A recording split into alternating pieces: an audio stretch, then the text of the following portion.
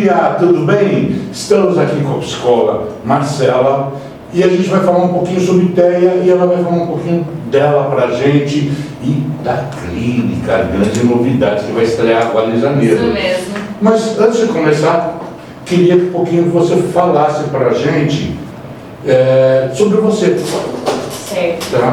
Um breve currículozinho de 10 horas só, rapidinho. Vou tentar resumir assim, um pouquinho a minha história, já inclui o autismo, né? Sim. Porque em 2016 eu comecei a minha faculdade de psicologia, sempre foi o meu sonho, e na época não tinha psicologia em Caraguá. Então eu subia e descia Caraguá, São José todos os dias. Aventura, né? Por 5 anos, sim, foi uma aventura. E quando eu me formei, 15 dias depois, mais ou menos, eu apresentar o meu TCC, uma clínica de São José me chamou para fazer uma entrevista. E era uma clínica de crianças autistas.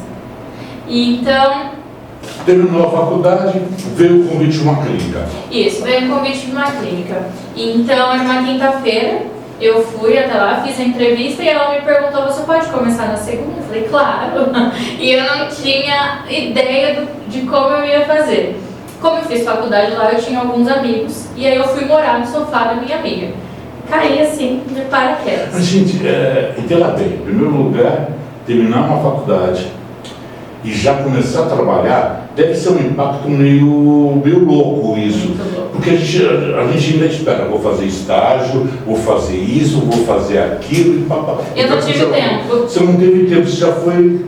Eu não tive tempo, foi assim, na emoção mesmo. Eu não vou perder essa oportunidade, porque do jeito que você disse... Quase. Única, do jeito que você disse. Geralmente a gente se forma e leva um período para estar, né, atuando na nossa área. E eu tive esse presente, né, falo que presente de Deus, e fui. Comecei lá na clínica e aos pouquinhos eu fui conhecendo, comecei com um terapeuta ABA, que é a análise do comportamento aplicada. Então eu atendia diretamente a criança. Era uma clínica, né, de autismo. Eu acho importante isso, dizer sobre o ABA. Né? Muita gente não sabe o que é, tudo mais. Desculpa ficar atrapalhando você assim, lá. Mas o ABA é muito importante, é onde você não só trata com a criança, você começa a se envolver com o processo da criança, com a evolução deles, porque você sai da teoria e vai para a prática, que é o ABA, basicamente. Né? Queria que você falasse um pouquinho desse momento seu único. Tá, foi único mesmo. Porque para a gente começar, né, a aplicar o ABA, a gente precisa primeiro fortalecer o vínculo com a criança. Sim. Se não tem o vínculo, não existe ABA, não existe o ensino-aprendizado, né? Deixa eu arrumar aqui, se quiser, minha máquina de filmagem é ao contrário, gente. Bonitinha. Adoro. Ok. Então, a ABA, né, pra gente começar, a gente precisa do vínculo. Então, a gente tem que brincar com a criança, fazer com que ela se sinta à vontade, segura. Né? Então, após, né, o período de vínculo, a gente começa a aplicar os protocolos. E os protocolos fazem parte da análise do comportamento aplicada. Né? Já falando disso, antes da gente começar a aplicar o ABA, né, começar os protocolos, antes as crianças passam por uma avaliação de repertório inicial para saber o que ela sabe, né, quais são as habilidades que ela tem, o que ela precisa ainda aprender. Então é montado um PEI para ela. O que seria o PEI? É o plano de ensino individualizado. Por isso que a gente fala que é personalizado, né? É pessoalizado, é de acordo com o que cada criança precisa. Não é genérico, né? É difícil você falar quando você fala em ideia, tá?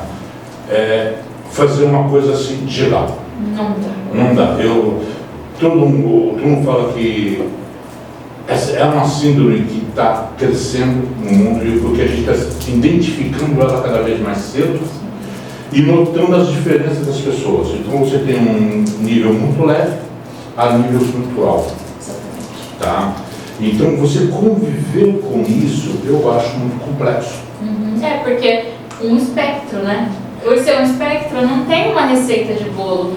Cada um age de uma forma. E de repente, quando você acha que está usando certo, olha, quando achei o caminho, a criança tem um surto que envolve tudo. Ela pode ter algumas crises assim, comportamentais e a gente precisa reavaliar, né, qual o caminho seguir. E é importante dizer que quando em surto, a melhor coisa é deixar a criança em paz.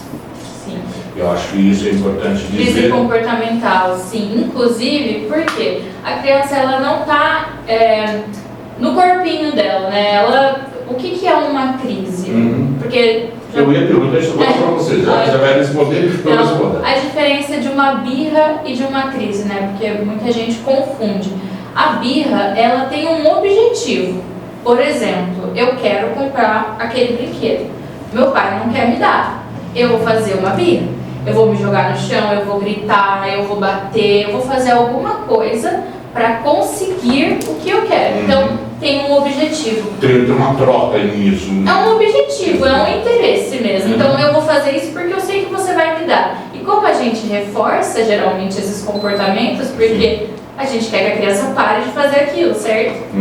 Então, como a gente reforça, olha, então toma esse brinquedo, mas para de fazer isso. Enfim, voltando, a birra, ela tem um objetivo. E é importante que a gente não ceda a essa birra. Porque toda vez que a gente entregar o que aquela criança quer, a gente reforça para ela que se você fizer birra, eu te dou o brinquedo que você está pedindo. Certo? Então a birra tem um objetivo. A crise comportamental, ela não tem um objetivo. Ela acontece porque a criança não está conseguindo lidar com as emoções dentro dela. Às vezes o ambiente tem muito estímulo, muita luz, muito barulho. Está fazendo uma atividade que é de alta demanda e ela não dá conta. Então, internamente, fisiologicamente, é como se ela entrasse num colapso. E aí ela desregula. Então, não tem um objetivo. Foram fatores fisiológicos e ambientais que levaram ela a desregular. Quando isso acontece, aí é importante, do jeito que você disse, né? Deixar ela em paz. Porque ela já está lidando com muito estímulo. Ela voltar para o eixo dela, que eu acho ela precisa se regular. E é uma coisa dele, não, é dele, ele tem que ter, desculpa usar o termo ele, tá? O portador de TEA, ele tem que entrar, a criança tem que entrar no eixo dele e no momento dele, isso que é importante entender. Sim, e não dá pra gente intervir porque a gente não sabe o que vai regular e o que vai desregular mais, né? Então é importante que a criança esteja num ambiente arejado, silêncio, não ficar falando. Se precisar falar, uma ou duas palavras, bem objetivo, curto, tom baixo, demonstrar ali uma segurança, mas não intervir. Provavelmente ela vai estereotipar, né? Vai ficar balançando, pode pular muito, ou até mesmo em crises agressivas, querer bater na parede, ou bater na gente, ou se... Né, autolesivo, que pode se bater, puxar os próprios cabelos. Nesse momento a gente tenta fazer com que aquela criança não se machuque, mas deixe ela se regular no tempo dela. Agora você falou sobre o modo da Bíblia, não dá para a criança, tá? Vamos entender isso, que os pais são, não vou dizer assim, o que mais sofre. Porque a sociedade não entende isso. Uma criança chorando é porque o pai apontou alguma coisa. A sociedade já coloca esse cartaz nos pais. Como agir isso, tá? Os pais, vamos falar de shopping, que hoje é um grande espaço onde muitas crianças vão, que hoje tem espaço para o TEA, que eu não sei se é um espaço aconselhável ou não, porque fica muito perto do banheiro. Eu não sei se é aconselhável ou não. Azul, né? Eu queria que você falasse um pouquinho disso para a gente e como os pais podem trabalhar isso na criança. Então, as terapias... Lembrando, desculpa, isso é importante lembrar, que cada criança é uma, cada projeto é uma, nós estamos aqui falando de uma forma genérica sobre esse assunto. Sim. E aí, todas as crianças, né, quando são diagnosticadas, é indicado que comece o mais cedo possível, né, as terapias. Com as terapias, os pais eles têm acesso à orientação parental mensal. Então, eles vão entender o que está acontecendo na clínica, quais são os comportamentos alvos que a gente precisa modificar ali naquela criança, o que é, né, o que ela faz que não está correto, digamos assim, né, socialmente, não é socialmente aceito, o que a gente pode modificar para tornar um comportamento funcional. Então, as supervisoras, né, as psicólogas orientam os pais o que fazer. E aí, agora, né, a gente usa bastante os colarzinhos, né, o colarzinho de identificação, porque hoje o TEA está realmente, né, muito visível, então as pessoas veem o colar e entendem que aquela criança tem um espectro, né, tem ali um transtorno, e o pai, muito provavelmente, está sendo orientado em como reagir isso. Exatamente. Então não cabe a eu, que não conheço nada disso, que julgar, interferir. Gente, isso é importante. Eu acho que julgar pai é uma pior coisa no momento disso. Mas eu estava falando sobre o espaço do shopping. Certo. Alguns shoppings fazem espaços especiais, onde tem as lojas, onde tem circulação, e alguns fazem próximo à área de banheiro ou das docas. É aconselhável esse espaço por TEA para a criança? Então, tem toda uma discussão sobre isso, né? Mas eu acho que sim. Porque fica mais distante de todo o barulho das lojas. Tem um vídeo no YouTube, se você colocar como uma criança autista se sente num shopping. Mostra exatamente o ponto de vista dela. A hora que ela entra no shopping, ela consegue perceber e sentir todos os estímulos. Então, o que a gente não percebe? Passos, porta abrindo e fechando, grito, luz piscando, gente correndo, criança falando. Tudo para ela é muita coisa. E então ela desregula. É um vídeo muito legal, um vídeo muito interessante, que a gente consegue ter essa visão, né, e ter mais empatia. Por isso que às vezes os ambientes, né, esse ambiente azul que o shopping faz é um pouco mais afastado, né, por conta dos estímulos onde está ali no meio das lojas. Você falou em estímulo, me lembrou de um vídeo feito há muito tempo atrás, e eu devia ter meus 20 anos, onde a gente estava com um cego no meio da torcida do Flamengo. E ele narrava a entrada do Flamengo. Isso foi um vídeo, infelizmente não virou comercial, porque o pessoal não queria, mas eu estava participando disso. Estava gravando nessa época. Eu era cameraman nessa época. Então você pode ver que faz tempo já, né? Um pouquinho de tempo. Tá? E se ver ele narrar é uma coisa absurda. A gente não tem a emoção, o sentimento de ouvir, que eu acho um absurdo. Isso foi uma coisa que eu convivi, que o cara era cego, ele narrando a torcida, ele sabia, como ele estivesse vendo a torcida gritar. Ele falou: olha, a torcida está gritando, está todo mundo de vermelho. Gente, ele sabia a cor pelo barulho. Claro que era uma pessoa já acostumada com isso, tudo mais, mas essa sensibilidade é impressionante. Imagina o TEA, que isso você pode multiplicar 10, 100, 1000 vezes às vezes. Tem como, não dá para mensurar, assim, né? Porque uma das características do TEA é a hipersensibilidade, né? E não sempre só a hipersensibilidade auditiva, tem a hipersensibilidade visual, que são as luzes, a tátil, que é o toque, às vezes o toque machuca, um toque muito leve machuca. A olfativa, que chega num ambiente, às vezes a gente não está sentindo o cheiro do desinfetante, mas para eles é muito forte. Então, né, são os quatro, né, essas 4 hipersensibilidades. Então, pensa uma criança que tem todas essas, ou 2, 3 delas, num shopping. É muita coisa. É muita coisa para uma criança. Né? E aí, eles regulam mesmo. Bem, fora disso, existe um processo disso que você estava conversando. Vamos entrar nessa parte de TEA, que eu acho que é o que mais o pessoal está querendo saber agora. Gente, como socializar uma criança dessa? Como você vê Aí eu estou pedindo para profissional falar para mim, você que trabalhou com crianças desde cedo, desde sair da faculdade, tá? Depois quero que você volte a contar a história da trama lá, que ela foi trabalhar dormindo no sofá de alguém. Depois ela vai contar essa história direito para a gente, tá? Que tem história aí.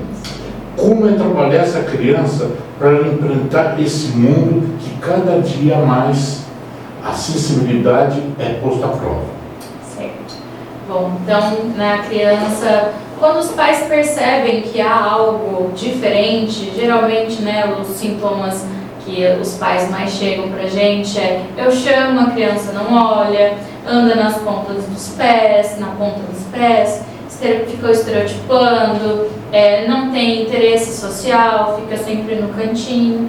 Geralmente eles buscam ali uma avaliação, aí é diagnosticado e aí a gente inicia todo o processo terapêutico. Para a gente iniciar uma socialização, eu preciso antes garantir que a criança tenha os pré-requisitos para treinar na terapia a habilidade social. Quais seriam esses pré-requisitos?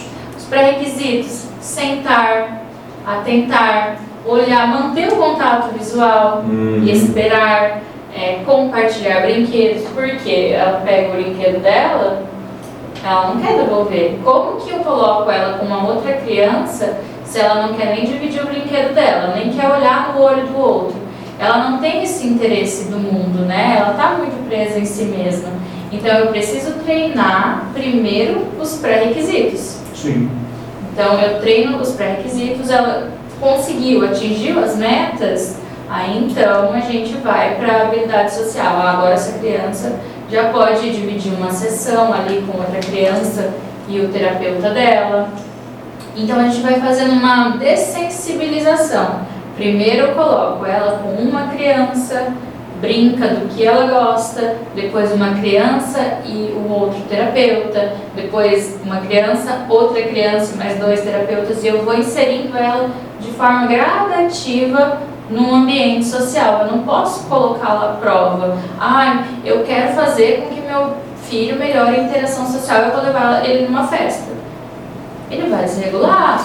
Então, vamos começar devagarzinho. Então, por isso que é importante a precocidade, na hora de laudar, a criança, fazer investigação, quando percebe logo cedo, porque quanto antes a gente começa as intervenções, mais a gente diminui os sintomas dela, porque a gente já vai começar lá de cedo, explicando para ela o que fazer, como fazer, dessensibilizando o que é ruim para ela. Então, é mais por esse caminho terapêutico. Aí a gente volta lá para contar a história do sofá, que você vai contar daqui a pouquinho. Porque a pergunta veio, peraí, como é uma recém-formada entrar nesse mundo e entrar já encarando isso, que deve ser, a gente assusta. Eu sou tio de ideia, tá? Certo. Já para mim é um susto. Eu imagino que os pais sofrem. Eu acho isso assustador. E eu não sou um tio muito presente, porque apesar de no meu irmão morar um pouco próximo, a gente tem vidas muito loucas, eu e meu irmão. Então a gente está sempre muito ocupado, é difícil de se encontrar. Mas já para mim é assustador. E para você que está saindo de uma faculdade, que todo mundo fala que teoria é uma coisa, a prática é outra, e você encarar um mundo desse dentro de uma clínica, como foi para você? Foi emocionante, foi desafiador, emocionante e desafiador, porque eu até, inclusive, sempre falo dessa criança que foi o meu primeiro, que é o Robert. Ele foi um paciente nível 3. Óbvio. Um beijo para você, querido. Eu amo. Falei com ele e com a mãe dele. Ele não é verbal, mas ele me viu ali no vídeo, fiquei conversando com a mãe dele, então ela sempre me autoriza a falar o nome, a colocar a imagem dele. A gente teve uma história muito bonita, Porque ele era um paciente nível 3 de suporte, então nível 3 de suporte não é verbal, não tem uma comunicação, tem uma dificuldade maior em aprender. E assim, ele tinha muitos comportamentos disruptivos, que são os comportamentos inadequados de bater, gritar, sair correndo, jogar as coisas pelo muro, desafiar a gente mesmo. E no começo ele não queria fazer nada, ele não queria ficar comigo na salinha. Era muito desafiador. E eu tentava, levava brinquedos que ele gostava, tentava ali dar carinho, e ele gritava, ele ficava mostrando a porta que ele queria sair, e eu fui firme e forte. Dormindo no sofá. Dormindo no sofá. Gente, essa história do sofá vocês nem imaginam.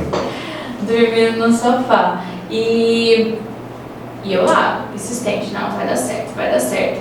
E as meninas, né, da coordenação, onde ficam as câmeras, elas me ajudavam, me orientavam no que fazer e não reforçar o inadequado dele, tipo, que é reforçar. Se ele grita e pede para abrir a porta e eu abro, eu reforço para ele que se ele gritar, ele vai sair. Exatamente. Então eu tinha que ficar dentro da sala, ouvindo os gritos que eram assim bem altos, assim estridentes, daqueles de quebrar taça, sabe?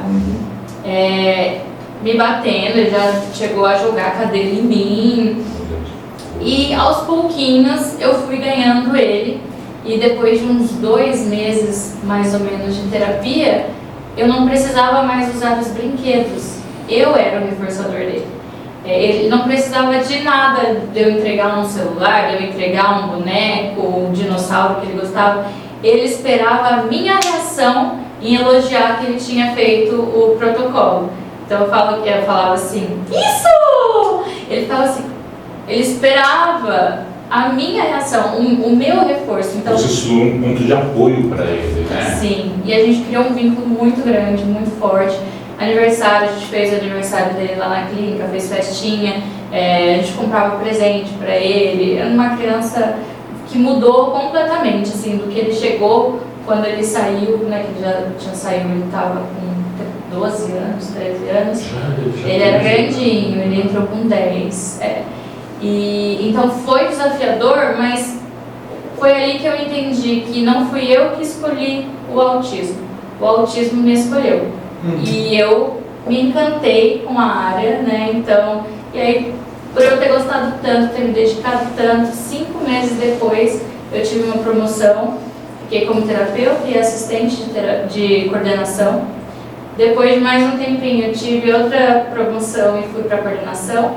E depois eu fui para a supervisão, e ali eu fiquei na supervisão da clínica, trabalhei ali em 5 cidades do Vale.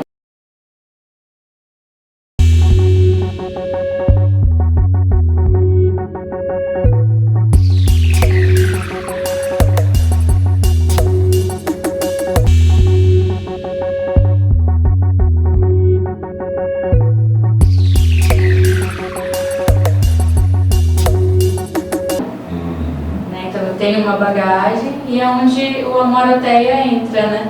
Que eu trabalhei em todo esse vale, mas eu quis voltar para minha casa, onde está a minha família. Que é importante, família é a base da gente, né? É um suporte seguro. Sim. Mas você falou em nível 3. Quantos níveis existe hoje, mais ou menos, de TEA? São 3. São 3. É o nível 1, né? Que eles chamam de leve, que não é nada leve. Vamos entender isso. É o nível leve, que a criança tem ainda, ela fala, né? Ela se comunica. Ela se expressa. Ela se expressa, mas ela tem algumas limitações, como hipersensibilidade, hiperfoco, às vezes não gosta muito de socializar, não sabe como. Aí tem o nível 2 de suporte, que pode ser verbal ou não verbal. Ele está ali, né, no meio termo. E o nível 3 de suporte, que é a criança que não se comunica, que ela precisa ali de uma ajuda, ela não tem autonomia, né, ela precisa sempre de alguém ajudando ela a fazer as coisas. Então não fala, não consegue fazer as atividades da vida diária, como escovar os dentes, se limpar e etc., comer sozinha. Então ela precisa sempre de um suporte muito maior, por isso que a gente chama de nível 3 de suporte, porque o suporte dela é muito maior o tempo todo. E por isso que a intervenção ela é importante, porque mesmo de nível 3 de suporte, a gente ensina no ABA, na repetição, porque o ABA ele é repetição, a gente ensina a criança a se alimentar sozinha, abrir a lancheira, jogar o lixo no lixo, a olhar, escovar os dentes, pentear o cabelo, colocar uma roupa. O nosso trabalho é esse. Eu acho isso fantástico disso. Mas você falou que você trabalhou de todo o Vale. Vamos explorar mais um pouquinho aí você aqui, porque além da gente falar do Amolateia, né, que eu acho que a partir de janeiro a gente vai ter uma novidade fantástica aqui no Caraguá, tá? E eu quero, quando você tiver essa novidade, você volte aqui para contar para a gente. Mas vamos tirar as dúvidas dos nossos telespectadores, e isso eu acho mais importante da gente, porque até agora só a partir de janeiro, não, né? Dia 10 de janeiro é a nossa inauguração. A gente vai estar lá cobrindo a inauguração dela. Ai, que legal! Acabei de saber. A criança tem esse problema. Aí chega a idade escolar, que hoje é uma grande discussão isso, que o governo federal decidiu que inclui todos, pessoas que tenham alguma deficiência, não importa qual seja, na escola. Eu sempre achei que esse pessoal precisaria de muito mais apoio que hoje apenas 2 professores numa sala de aula. Um pessoal que tem problema de visual é muito mais complexo, porque ele só está ouvindo. E imagina uma pessoa que tem toda a sensibilidade no ouvido, como vai agir dentro de uma sala de aula, com crianças de várias outras necessidades. A pessoa, não estou falando de menor ou maior, mas a pessoa que tem problema na fala, eu acho um pouco mais simples, que pelo menos ele consegue ler. Alguns, pelo menos eu acho, é aquele negócio, a gente não é da área, então a gente fica assim. E imagino ter alguém de ideia junto com isso, que se torna uma coisa para a professora quase meio inviável. Como você vê isso? Qual a sua opinião sobre isso? Não estamos aqui discutindo a lei. A lei eu acho importante porque tem que fazer isso, porque as crianças ditas normais têm que conviver com isso e saber como tratar uma pessoa assim. Até porque hoje em dia a gente está aí, né, com uma criança autista para 31 crianças, são poucas, então assim, no mínimo uma sala de aula vai ter uma criança autista. Eu sei, é uma assustador. E fora as outras necessidades. Eu tive no Avelino Ferreira, um beijo para a diretora que nós tivemos lá, eu vi os outros alunos cuidando de alguém que tem uma certa deficiência. Quer dizer, os próprios alunos ali cuidando dele. Gente, isso é fantástico. A gente faz isso é inclusão. Sim. Tá? Diretora, aquele beijo no coração. Mas como é isso, como ser trabalhado isso, professora? As professoras estão ficando cabelo branco, mais do que elas já têm. Sim. Então a gente fala, né, que para a evolução do paciente existe um tripé. Né, e o tripé é família, clínica e escola. Senão a criança ela não vai generalizar as habilidades que ela aprende ali com a gente na clínica. Então a escola passa a ser um pilar também para essa pessoa? Com certeza. Por isso que a gente pede, né, para fazer algumas visitas na escola, ter acesso ou ao professor AE, né, que é aquele professor especial, né, que eles chamam, ou a ADI, que estiver ali com a criança, o estagiário, ou até mesmo a professora, quem tiver disponibilidade, a supervisão daquela criança, tenta entrar, né, em contato. É um pouco difícil, não quero criticar, mas é um pouco difícil essa comunicação, porque são muitas crianças dentro de sala, imagina dar conta de marcar reunião para elas, né? Mas o ideal, o sonho, o tópico que a gente preza e quer que faça acontecer é que esse tripé funcione, né? Então eu oriento os pais passam para os professores, eu oriento o professor ou quem está acompanhando a criança, porque cada criança tem um manejo. Cada criança tem apoio visual diferente, então ela tem a plaquinha de primeiro e depois, que é o quê? Primeiro com as fotinhas. Primeiro a gente vai fazer a atividade, depois a gente vai dar uma voltinha na escola. Porque porque ela não vai conseguir ficar ali naquele ambiente fechado, na sala, 4 horas, 6 horas. como as crianças típicas. Não, elas têm necessidade de andar, levantar, sair do lugar, mas a gente faz combinados. Então a gente coloca a rotina, a gente coloca o reloginho colorido para entender que a hora que aquele reloginho estiver completo é o momento dela sair, porque a gente precisa aplicar o que a gente faz na clínica e em casa, na escola também, senão ela não vai ter benefício nenhum. Eu tive conversando com algumas secretárias de educação no começo do ano e elas falaram que muitas escolas vão ter psicólogo, mas o que você fala para mim, a relação que ela acaba tendo com o profissional é muito pessoal. Mesmo que tenha outros psicólogos, outros lá, ele não está acompanhando e muitas vezes essa criança não entende que isso também é um profissional. Como trabalhar isso? A criança, né, ela precisa ter um PEI individual, tanto na clínica quanto na escola. Precisa ser adaptado para ela, porque ela, muitas vezes ela não vai conseguir seguir o que a sala está fazendo. Então, crianças de 5, 6 anos, vamos supor. As crianças da sala típicas, elas já estão aprendendo ali as letras, escrever, ler. Às vezes aquela criança não. Então a escola precisa ter esse cuidado de fazer um PEI adaptado de acordo com as habilidades daquela criança. E então o profissional que está acompanhando ela ajuda nessas atividades. Então faz com que ela esteja num ambiente coletivo, mas fazendo o que está de acordo com o que ela consegue fazer. Fantástico isso eu acho uma coisa fantástica e acho que cada dia, eu sempre falo isso, a escola não é aquela construção de 4 paredes, a escola tem que vir para o mais próximo da casa e, no caso de crianças especiais, mais próximo de outras pessoas.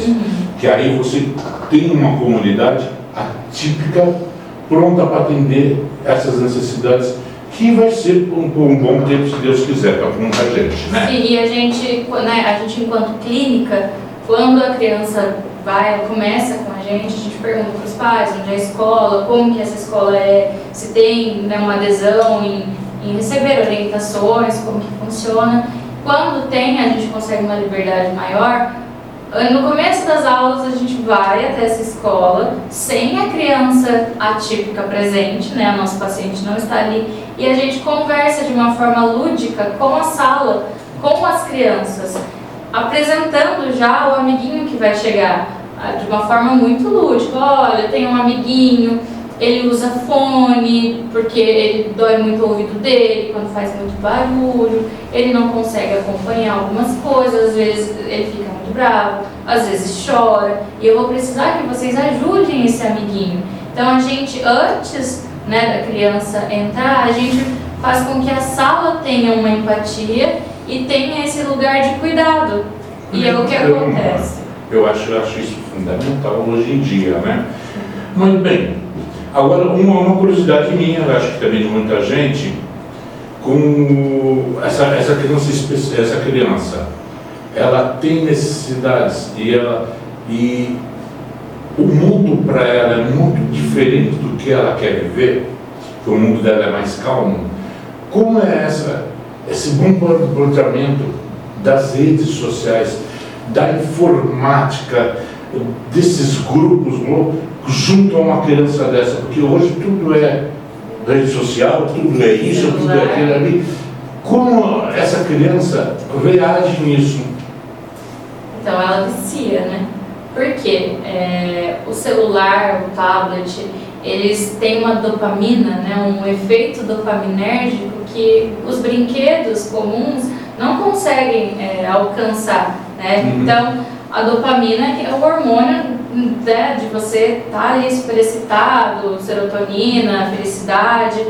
Então, com a tela é tudo muito imediatista, né, tudo muito rápido, ela vai trocando ali o tempo todo, e a dopamina sempre em alta, então ela vicia, e aí diminui mesmo o interesse dela pelo contato social, exatamente. Então a gente já fala assim, as crianças elas já têm um déficit de querer socializar. Aí o pai, eu sei, é muito difícil, mas vai para melhorar, conseguir fazer alguma coisa, às vezes cozinhar, né? Às vezes estender uma roupa, deixa a criança ali com o celular, com o tablet. Isso vai dificultar ainda mais, né? Então, a ciência, ela já orienta a gente, né, de crianças de 0 a 2 anos, 0 tela, sem telas. O que tem acontecido também bastante nesse crescimento do TEA? Agora tudo é TEA, né? Ai, meu filho não quer brincar, meu filho não quer fazer isso, meu filho não conversa, meu filho não olha para mim. Seu filho está fazendo o quê? Ah, ele fica no celular, ele fica na televisão, dentro do quarto, ele não vai ter interesse. Videogame, tablet, todas essas coisas, né, os eletrônicos, porque ele não gasta a energia que precisa gastar. Na minha época, na sua, a gente brincava na rua, de correr, de... Brincava e se ralava todo. Exatamente, mas a gente aprendia, né, que ralava, mas machucava, que tinha um processo, tinha um tempo para curar. A gente entendia sobre a hora, ó, quando a luz do poste acender, é hora da gente entrar em casa. Tem que esperar o outro, tem que olhar nos olhos do outro, a gente vai conversando, a gente vai brincando ali, a gente gasta energia, chega em casa, toma um banho, apaga. Hoje as crianças, elas estão presas dentro de casa, claro que a segurança está muito diferente, né?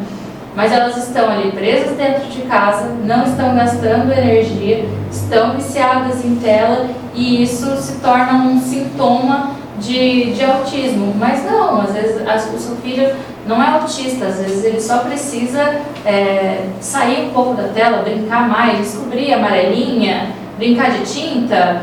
Pega, subir em árvore. Eu falo isso, meu irmão, que está nos assistindo, o meu irmão é mais velho que eu. Ele está com 60, quase 70 anos já, meu irmão tem. E a gente sempre brincou, sempre tirou barato desse irmão mais velho, porque ele nunca subiu na árvore. Ele tinha medo? Não sei disso, porque a minha família é um pouco complexa. Vamos dizer assim, tem que fazer uma análise de família.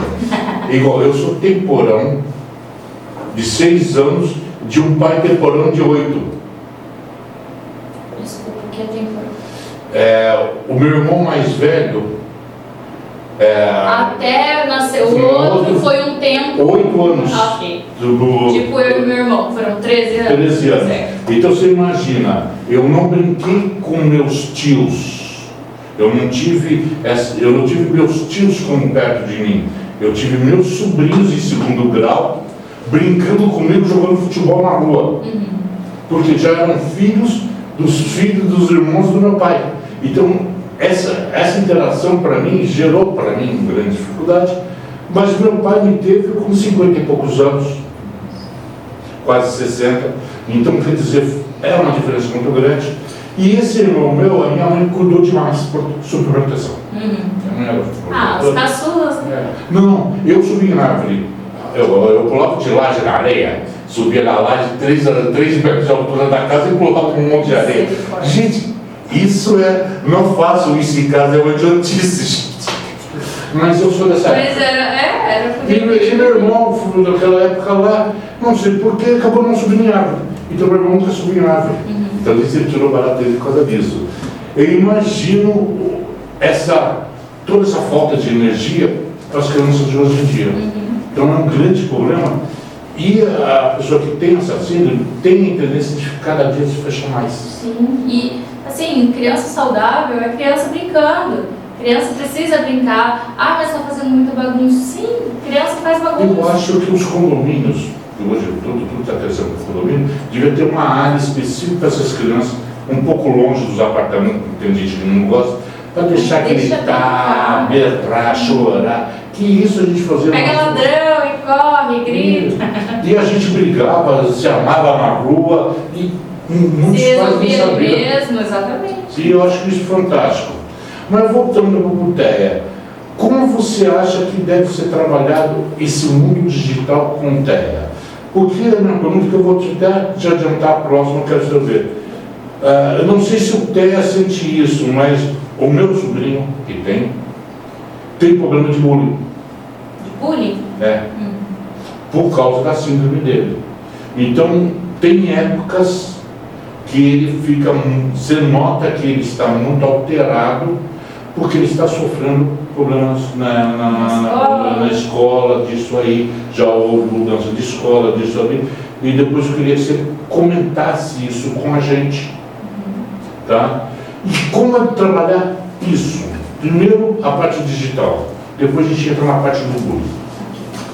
Bom, a parte digital a gente precisa que ele diminua o consumo, né? Então, da mesma forma de começar a socialização, a gente vai tirando os aparelhos digitais, a gente vai dessensibilizando também, sempre passinho de formiguinha. Então, se ele fica 10 minutos, ele vai ficar 9 minutos e meio, depois 9 minutos, depois 8 minutos e meio, e a gente vai diminuindo esse tempo de tela e apresentando outras coisas que ele tem interesse. Então, a gente vai intercalando mesmo, ó.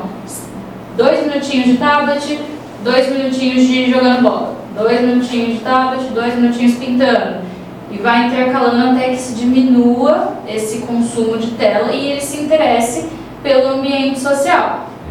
Isso é importante. Isso é importante, né? É importante que os pais descubram o que os filhos gostam de fazer em casa. Então, entra ali pode falar nome de site? Por favor. Entra ali na Shopee, coloca brinquedos sensoriais, brinquedos para crianças autistas mesmo. Eles têm muita coisa e sempre um acesso acessível, né? O valor é acessível. Então você faz ali uma compra, leva para casa e treina, vê ali, faz uma avaliação que a gente faz também em clínica, uma avaliação de preferência, o que seu filho gosta, o que ele gosta mais. E vai separando, na segunda-feira vamos brincar com isso, na terça vamos brincar com aquilo, também para ele não enjoar, né? O efeito reforçador precisa estar sempre alto, porque eu vou brigar com a tela, e como eu disse antes, nem nada bate o efeito dopaminérgico que a tela libera. Então eu preciso ter algo bem potente, um reforçador bem potente, um brinquedo que ele goste muito, para então eu ir fazendo trocas. Fazendo as trocas. E vamos entrar nessa parte que é tão importante, que é o bullying. Tá? Você imagina que, além disso, você atende outras crianças normais que já sofrem com isso. Eu imagino a acessibilidade do TEA recebendo isso. Que antigamente a gente tinha apelidos e a gente deixava para lá. Igual eu não tenho vergonha de dizer, meu pai tinha funerária quando eu era criança e quando eu tinha meus 14, 15 anos, o meu apelido dentro da escola era Paixão. Eu soube administrar isso numa boa, mas muita gente hoje não sabe administrar isso.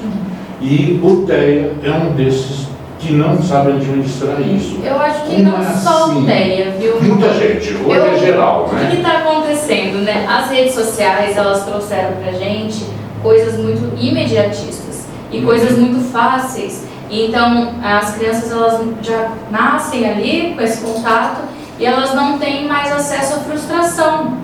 Elas não se frustram, o brinquedo não quebra, né? Porque ela não brinca com o brinquedo. Se ela não gostou daquele vídeo, ela logo passa, já vai para outra coisa. Tudo é muito rápido, ela não se frustra. Então, quando acontece uma frustração, ela não sabe lidar, tanto as típicas quanto as atípicas. O caranjo alemão, que é uma grande prova disso, é das frustrações que a gente tem, que a gente tentava montar um carinho perfeito e nunca dava, que a platinha saia pomada. Montava, como a gente pegava as pecinhas, né, de dominó e montava várias para depois derrubar. Nossa!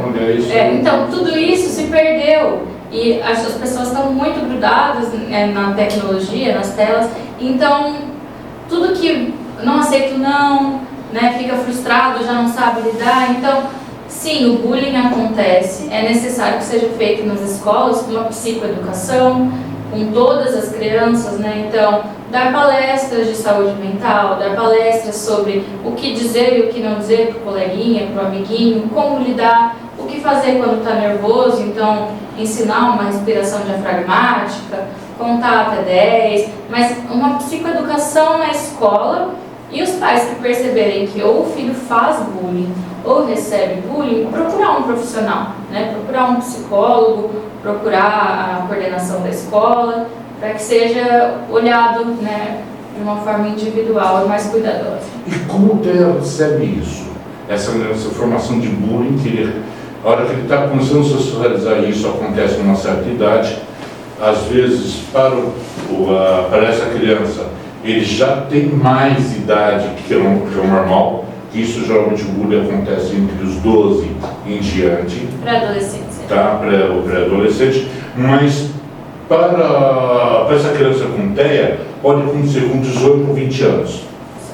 Em vez de ele estar já na idade preparado para isso, ele está encontrando isso, porque são momentos diferentes na vida de cada um.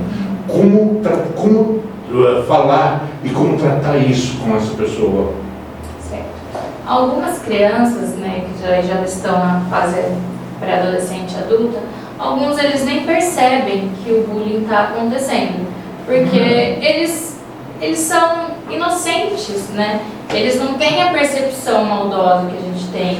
Eles são literais. Eu pensei que com essa sensibilidade deles, eles sentissem mais. Não, eles sentem, em relação, né, ao bullying, eles sentem menos, porque eles não compreendem que estão sendo, né, estão tirando sarro dele.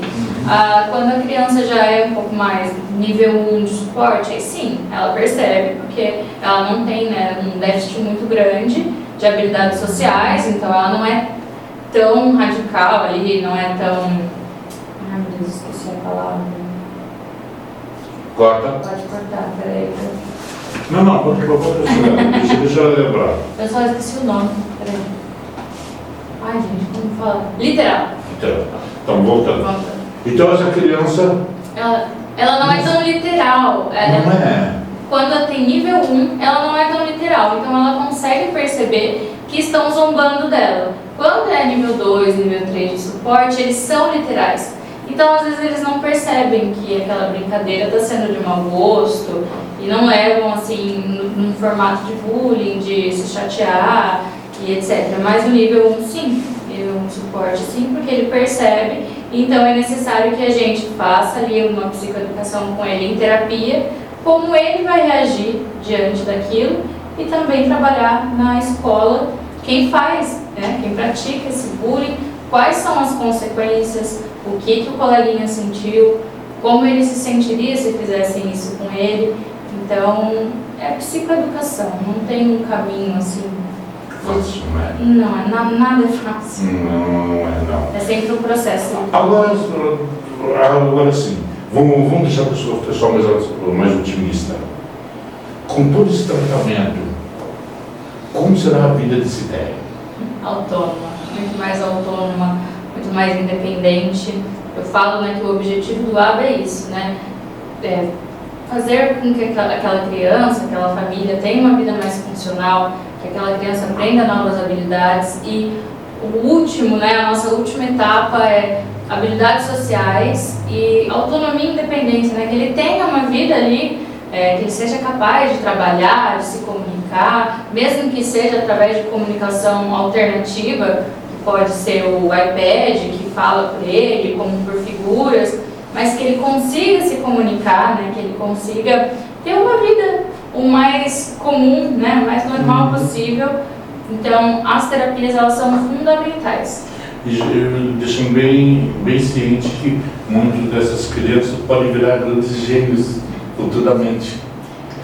E eles têm esse dom, né, deles, né? Então, é um assunto um pouco delicado esse, porque foi muito confundido, né? O autismo, eles juntaram com a superdotação, que é uma comorbidade, então ela pode ou não estar ali com o TEA. Nem sempre o seu filho autista vai ser um prodígio, né? Não vai. Não, a gente não pode esperar nada, mas pela experiência da vida, né? Não é uma experiência, é muito grande a possibilidade disso. Pela dedicação que ele vai dar àquela área específica. O hiperfoco dele. O hiperfoco dele, janeiro está aí, já está tudo pronto. Convite, eu estou esperando para dia 10 a gente estar lá junto, mostrando a sua nova clínica, tá? Deixando bem claro que isso aqui foi um convite especial que eu conheci ela.